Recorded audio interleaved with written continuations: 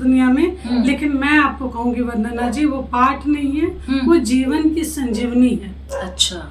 चाहे आप जिस भी तरीके से संकट में है, आपका विवाह नहीं हो रहा हो, मंगल आपके अष्टम भाव में हो, विवाह में देर करा रहा है मंगल आपके शादी को होने नहीं दे रहा, आपके शादी को खराब कर रहा है, आप सुंदरकांड का पाठ करते हैं, मैं इस पॉडकास्ट के माध्यम से ये जरूर कहूंगी, मैंने स्वयं भी किया है और मैं इस पॉडकास्ट के माध्यम से जरूर कहूंगी कि सुंदरकांड की जितनी महिमा है उसको आपके इस एक छोटे से पॉडकास्ट में नहीं बताया जा सकता है। संकट कटे मिटे सब पीरा, जो सुमिरे हनुमत बलबीरा। ये जो चौपाई है ना, आज इसकी प्रासंगिकता की बात करूँ तो बहुत ज़्यादा बढ़ गई, जब हर तरफ जो है बहुत ज़्यादा उठा पटक देख रहे हैं, या फिर कहा गया इस साल पिशाच योग बढ़ रहा है।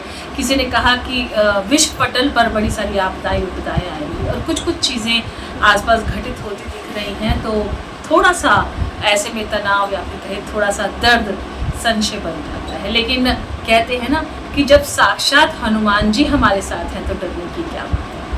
आज का हमारा जो पॉडकास्ट है बहुत खास होने वाला है और उन्हीं हनुमान जी को समर्पित होने वाला है। उनकी शक्तियों को जानने की कोशिश करेंगे और जानेंगे कि क्या है हनुमान चालीसा, उनसे जुड़े हुए और ग्रंथ, और किस चीज़ की महत्ता किस समय और ज़्यादा बढ़ जाती है। इस विषय पर बातचीत करने के लिए हमने आज हमारे साथ बुलाया है हमारी आचार्य रेखा प्रकाश जी को, जिन्हें आप जानते ही हैं, पहले भी उनके साथ हमने एक पॉडकास्ट किए जिन्हें आपने बहुत प्यार दिया है। तो आइए बिना किसी देरी के आज का ये पॉडकास्ट शुरू करते हैं। पॉडकास्टर वंदना में रेखा जी आपका बहुत बहुत स्वागत करते हैं। नमस्ते वंदना जी। और रेखा जी, सबसे पहले तो आपका जो लास्ट पॉडकास्ट था योगानंद जी की किताब को लेकर, उसे बहुत लोगों ने पसंद किया और आपने बहुत ही अच्छे तरीके से उसका वर्णन किया था और वाकई बहुत लोगों ने जिज्ञासा दिखाई इस किताब को पढ़ने के लिए। तो उसके लिए तो सबसे पहले आपका बहुत बहुत शुक्रिया। धन्यवाद वंदना जी। और आज रेखा जी हम बात करेंगे, जैसा कि आपसे भी हमने सुना, बहुत लोगों से बात की कि पिशाच योग बना है, या फिर किसी ने कहा मंगल का साल है, किसी ने बोला इसका अंक 9 है, और वाकई आसपास कुछ घटनाएं प्राकृतिक या फिर कुछ विपदाएं होते हुए भी दिख रहे हैं। पर ऐसे में कहा जाता है कि हमारे सबसे बड़े इस साल के जो रक्षक बनेंगे या फिर कहीं के जो हमारे तारणहार रहेंगे वो है हनुमान जी। इसमें कितनी सच्चाई है? देखिए वंदना जी, इस बात में पूरी तरह से सच्चाई है, क्योंकि पहले से ही हम लोग जानते आ रहे हैं कि हनुमान जी को संकट मोचन बोला जाता है और हनुमान जी को सभी कष्टों का निवारण करने वाले देवता के रूप में माना जाता है। वो इसलिए वंदना जी क्योंकि हनुमान जी की आप जानती है कि जयंती होती है। हनुमान जयंती उसकी होती है जो जीवित देवता होते हैं। अच्छा। हनुमान जी जो है संजीवन है। 8 संजीवन में से एक हनुमान जी भी है। वो कलयुग के अंत में वो आएंगे और कल के देव के साथ जब कल्कि का अवतार होगा तो धर्म युद्ध में हनुमान जी भी आएंगे। अच्छा। और जब राम जा रहे थे दुनिया से, जब वो अपने वैकुंठ लौट रहे थे, तो उन्होंने हनुमानगढ़ी अपने अयोध्या में सुना होगा, वहाँ पे राज्याभिषेक हुआ था हनुमान जी का और उन्हें कलयुग का भार सौंपा गया है। इसलिए वो कलयुग के जीवित देवता है। आपको कभी भी किसी को भी मैं अपने पॉडकास्ट के द्वारा कहना चाहती हूँ, किसी भी प्रकार का संकट हो, हनुमान जी सही में कष्ट को संकट को दूर करते हैं, इसलिए उनका नाम संकट मोचन है। ये बिल्कुल सही है क्योंकि हनुमान जी ये आज के युग में बहुत ही ज़्यादा प्रासंगिकता है जब इतना युद्ध हो रहा है। और जैसा कि कहा गया रेखा जी, क्योंकि जो 9 का अंक है तो कहते हैं मंगल का है, या फिर हनुमान जी से भी जोड़ा गया।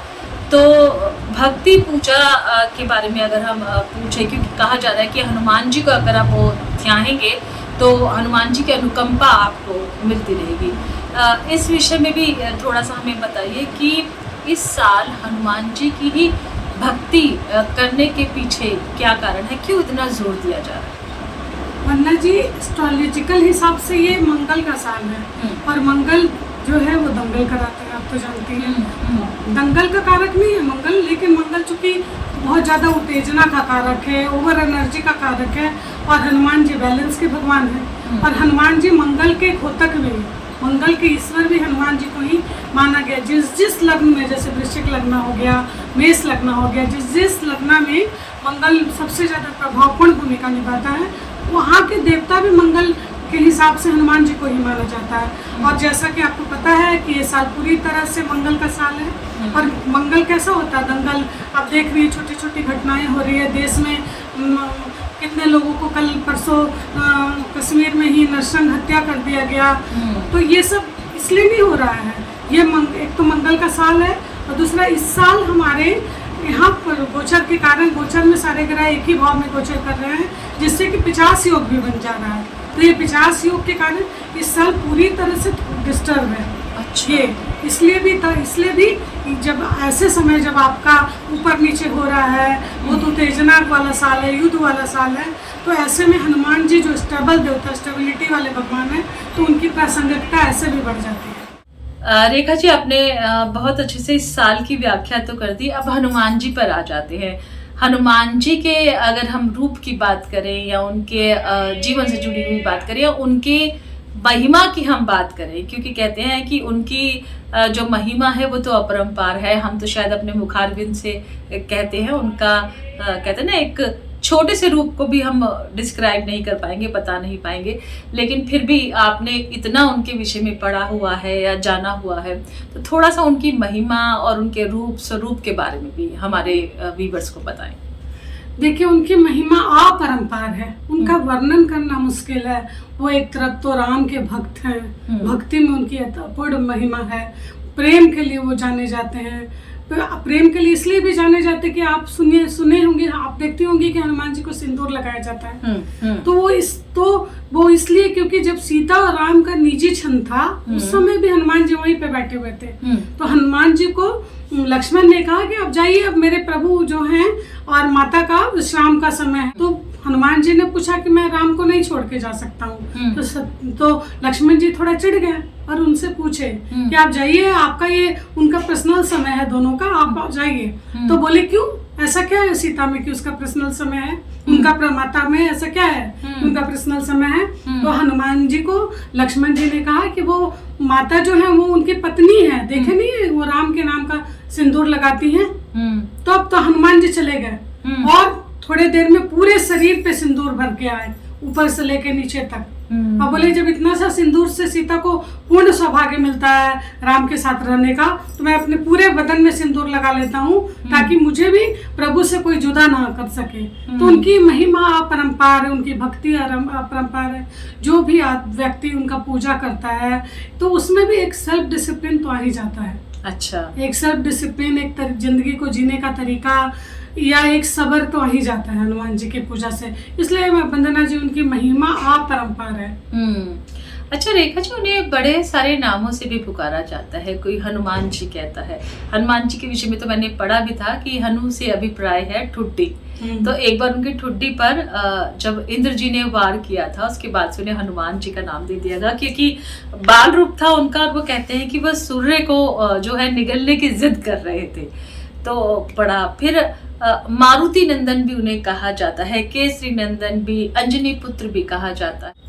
अच्छा रेखा जी, हनुमान जी के बारे में तो हमने जाना कि उन्हें बहुत से नामों से पुकारा जाता है। रुद्र अवतार उन्हें कहा जाता है, शिव जी का अंश भी उन्हें माना जाता है। और जितने जो कहते हैं ना अपरंपार उनका नाम है, जितनी उनकी भक्ति अपरंपार है, उससे ही अपरंपार उन्हें चाहने, उन्हें ध्याने के माध्यम भी हैं, जिन्हें हम चाहे हम हनुमान चालीसा कह दें, सुंदरकांड है, बहुत सारे जो ग्रंथ हैं या उनके विषय में जो पूजा स्तुति के माध्यम है, हम आपसे जानना चाहेंगे कि करके। तो हनुमान चालीसा तो हम लोगों ने अधिकतर बोला जाता है कि आप मंगलवार को पढ़िए। मैंने भी जब बात की, किसी ने बोला कि अगर आप रोगी भी हैं तो आप पढ़िए। सुंदरकांड के लिए भी लोग कहते हैं। तो एक एक करके हमें बताइए कि किस ग्रंथ की जो, या फिर कहें कि किस जो अध्याय को पढ़ने की प्रासंगिकता कहाँ ज्यादा बनती है, ताकि व्यक्ति को जो जब जरूरत पड़े वो उसी हिसाब से उसका भजन कर सके। तो मैं वंदना जी एक एक करके आपको बताना चाहूंगी जी। हनुमान जी की महिमा, हनुमान जी को कैसे एसोसिएट किया जाता है धर्म ग्रंथों में, और कौन से पाठ से आपको क्या लाभ होगा, तो मैं आपको एक एक करके बताना चाहूंगी। उसमें सबसे पहले हनुमान चालीसा का पाठ आता है। हनुमान चालीसा का पाठ कोई भी होता है कि हनुमान चालीसा पढ़ लेता है, लेकिन ऐसा नहीं है। हनुमान चालीसा कोई सुन भी लेता है, लेकिन ऐसा नहीं। आप उसको प्रॉपर विधि है उसका। अच्छा। कि हाँ, कि वंदना जी आप सुनी होगी, जो या पढ़े हनुमान चालीसा चालीसा होए सिद्धि शाकी गौरीसा। मतलब कि हनुमान चालीसा को पढ़ने का अभिव्यक्ति है, पढ़ने का मात्रा है। ये नहीं कि आप ईयरपॉड लगा के आप सुन रही हैं या एक भजन चला लिए, उससे नहीं। हनुमान चालीसा का तभी महिमा है, सबसे इजी पाठ है, 40 पंक्तियों का ये पाठ है, सबसे आसान पाठ है। तो हनुमान चालीसा में लिखा हुआ है वंदना जी, जब आप हनुमान चालीसा 40 पंक्तियों की एक स्तुति है हनुमान जी की, तो ये बहुत सिंपल स्तुति नहीं है, उसमें हनुमान जी का एक भव्य वर्णन है। आप उसमें पढ़िएगा तो उसमें अष्ट सिद्धि नवनिधि के दाता, असवार दिन जानकी माता, उसको बहुत तरीके से पढ़ने की जरूरत है और उसमें तमाम तरीके का वर्णन है, इसीलिए उसको पढ़ने का महत्व है। शास्त्रों में उसमें साफ लिखा हुआ है, जो यह पढ़े हनुमान चालीसा होए सिद्धि शाकी गौरीसा। लेकिन जब आप पढ़ते हैं, मुंह से बोले मन वचन और कर्म, जब मुंह से हम लोग बोलते वचन आपका शुद्ध होता है, आपके कर्म शुद्ध होते हैं, 2 शुद्धि हो गई। जो आप सुनते हैं मन कर्म वचन, तो तीनों की शुद्धि हो जाती है। वो बार बार आप रिकॉल करते हैं, लेकिन उसके अलावा उसमें साफ से लिखा हुआ है, आप अगर अथाह मानसिक कष्ट में है, आपका कोई समस्या नहीं सॉल्व हो रहा है, जिंदगी से आप बिल्कुल हताश हो गए हैं, तो आप जाइए, नहा धो के जाइए हनुमान मंदिर, सिद्ध हनुमान मंदिर में। अच्छा। जहाँ उनका उस ब्रह्मचारी रूप है, बहुत औरतों को छूना नहीं चाहिए, बड़ा दूर से पूजा करना चाहिए, सिंदूर का चोला चढ़ा हुआ है जिसको कष्ट है, बैठ जाइए शांत मन से। और हनुमान जी भक्ति का नाम है, तन्मयता के नाम है, कंसंट्रेशन वाले भगवान है। आप एकाग्रचित होके बैठ जाइए और एक माला पहले आप राम का नाम लीजिए। ये नहीं आप हनुमान जी से डायरेक्ट अगर आप पढ़िएगा तो आप सोचिएगा कि आपको अच्छा आपका काम हो जाए, तो वैसा नहीं होगा। पहले आप एक माला उनके स्वामी का, वो उनके भक्ति में रहते हैं, उनके अलावा उनके पास काम ही नहीं है, उनके भक्ति के अलावा। तो उसमें आपको अगर हनुमान जी को जागृत करना है तो पहले आप एक माला राम जी का नाम पढ़िए, एक माला पढ़ ली। उसके बाद जो 7 बार पाठ करे कोई, छूटही बंदी महासुख होई, ये है। तो 7 बार मतलब 100 बार, जो 7 बार पाठ करे कोई, छूटही बंदी महासुख होई। आप शांति से बैठ जाइए और आराम से आप 100 बार पाठ कीजिए। कि कोई कैंसर से जूझ रहा है, असीमित बीमारियां हैं जो कहीं से सॉल्व नहीं हो रहा है, या आप सुनती होंगी ऊपरी बाधा है किसी पे, अक्सर आप सुनती होंगी ऊपरी बाधा है किसी पे, ये है। तो ये सब इस तरीके से, हालांकि मैं इन सब चीजों पे बहुत भरोसा नहीं करती हूँ, मुझे ईश्वर पे अगाध भरोसा है। और मैं आपके व्यूअर्स को भी कहूंगी कि ईश्वर सर्वशक्तिमान, आप उस पर भरोसा रखें। लेकिन फिर भी अगर आपको कोई कहता है ऊपरी बाधा है या और भी किसी तरह का हर्डल्स है, तो आप हनुमान जी का 100 बार पाठ कीजिए, जो 7 बार या 100 बार अगर आप नहीं कर सकते हैं तो 40 दिन 41 दिन तक आप उनका 7 बार पाठ कीजिए, तब हनुमान चालीसा पूरा होता है। अगर 7 बार आप पाठ कर ली और जब पाठ की समाप्ति हो तो पुनः आप राम के नाम का 108 बार जाप कीजिए और उसको समर्पित कर दीजिए हनुमान जी को, तब आपका जो काम है आसानी से होगा। लोगों का सब काम होता है वंदना जी मेथड वे में, चूंकि हम पूजा नहीं करते हैं या उस ऑरा को क्रिएट नहीं कर पाते हैं, तो हमारे काम में देर हो जाती है। लेकिन भगवान का सुमिरन आप जिस भी तरह से कीजिएगा, आप हमेशा आराम और फायदे में रहिएगा। फायदे का तो बात नहीं है, ईश्वर फायदे का विषय नहीं है, लेकिन आप आराम में जरूर रहिएगा। अच्छा, हनुमान चालीसा के पीछे ये भी कहा जाता है कि तुलसीदास जी ने हनुमान चालीसा की रचना की। रेखा जी, मैंने सुना था ये, आपसे भी कंफर्म कर रही हूँ मैं, कि कहते हैं कि एक बार बहुत काली अंधियारी रात में वो बहुत भयभीत हो गए थे तुलसीदास जी। तब उन्होंने उस समय उस भय से बचने के लिए, जो कहते हैं ना, हनुमान जी का सुमिरन किया, उनके नाम को ध्याया, उनके गुण, उनके यश को गाया, तो वही संकलित होकर हनुमान चालीसा बन गया, ऐसा कहा जाता है। ऐसा है वंदना जी, लेकिन ये आधी कहानी है। अच्छा। सही कहानी तो ये है कि जब तुलसीदास को अकबर ने गिरफ्तार कर लिया और कहा कि तू राम को यहीं पे प्रकट करो, अच्छा, राम को यहीं पे प्रकट करो, और बहुत वो विचलित हो गए थे और बहुत घबरा गए थे कि भगवान तो वो एक फील का चीज है, अब अकबर वो प्रकट करने की चीज नहीं, जो प्रकट है, आप जो चीज साबित है उसको आप कैसे साबित कीजिएगा वंदना जी? तो जो प्रकट है उसको प्रकट कैसे करेंगे? तो बहुत विहल हो गए थे, बहुत दुखी थे। तब उन्होंने हनुमान चालीसा की रचना की थी, और हनुमान चालीसा के जिस दिन उनकी 40वीं श्रुति पूरी हुई थी, अच्छा, उसी दिन अकबर ने उनको छोड़ दिया था। अच्छा। और कहा जाता है कि अकबर को भगवान राम ने सपने में बोला था उनको संकट से बचाने के लिए सपने में उनको दिखे थे। ये बहुत सारी किंवदंतियां चलती है, लेकिन ऐसा मेरा भी भरोसा है कि कुछ ना कुछ तो इक्वेशन हुआ था जिसके कारण अकबर ने तुलसीदास को छोड़ दिया था। उसी समय हनुमान चालीसा की रचना हुई थी। ये कहानी ज्यादा प्रचलित है। अच्छा, बहुत सारी किंवदंतियां आई हुई हैं और जुड़ी रहती है, पर जो भी है उनके नाम का सुमिरन करने का मौका मिलता है तो रेखा जी बहुत आनंद आता है। अच्छा, ये हनुमान चालीसा की बात होगी। उसके बाद बहुत लोगों को मैंने खासकर शनिवार के दिन बहुत ही ध्यान या दृढ़ संकल्प के साथ सुंदरकांड का पाठ करते हुए भी देखा है, सुना है, मैंने भी पढ़ा है हालांकि, बट बहुत ज़्यादा मैं इसके विषय में नहीं जानती। और मैं जानती बहुत सारे हमारे जो व्यूवर्स हैं हनुमान चालीसा तो शायद पढ़ लेते होंगे, सुंदरकांड थोड़ा लंबा भी हो जाता है, लेकिन इसकी महत्ता क्या है जीवन में, कब इसे पढ़ना चाहिए और कितना ये जो कहते हैं एक दूसरे के पर्याय है या एक दूसरे से थोड़ा सा अलग है हनुमान चालीसा से सुंदरकांड? देखिए वंदना जी, ये बिल्कुल सटीक बात आपने कहा। सवाल भी बड़ा ही रोचक है और आपने बिल्कुल सटीक बात कहा कि लोग सब पढ़ते हैं सुंदरकांड, थोड़ा सा लंबा है।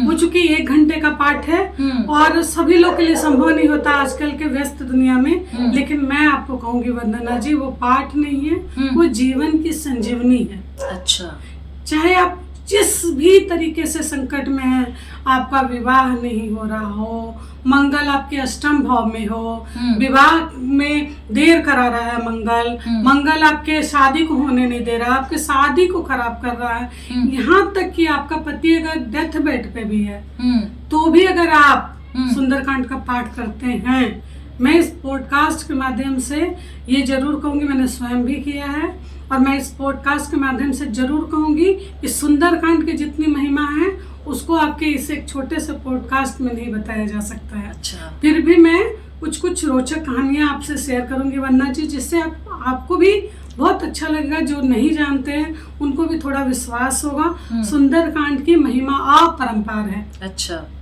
यही नहीं, अगर आपको चंद्रमा आपको पीड़ा दे रहा है, आपका आत्मबल समाप्त हो गया है, तलाक कोर्ट कचहरी में आप भटक रहे हैं, आपके निजी जीवन में ऊपर नीचे हो रहा है, आप पे केस मुकदमा हो गया, आपकी संपत्ति छीन ली गई है, सुंदरकांड में क्या वर्णन है? सुंदरकांड में जब भगवान राम को सीता नहीं मिल रही थी तो हनुमान जी को नियुक्त किया गया था उनके खोज में।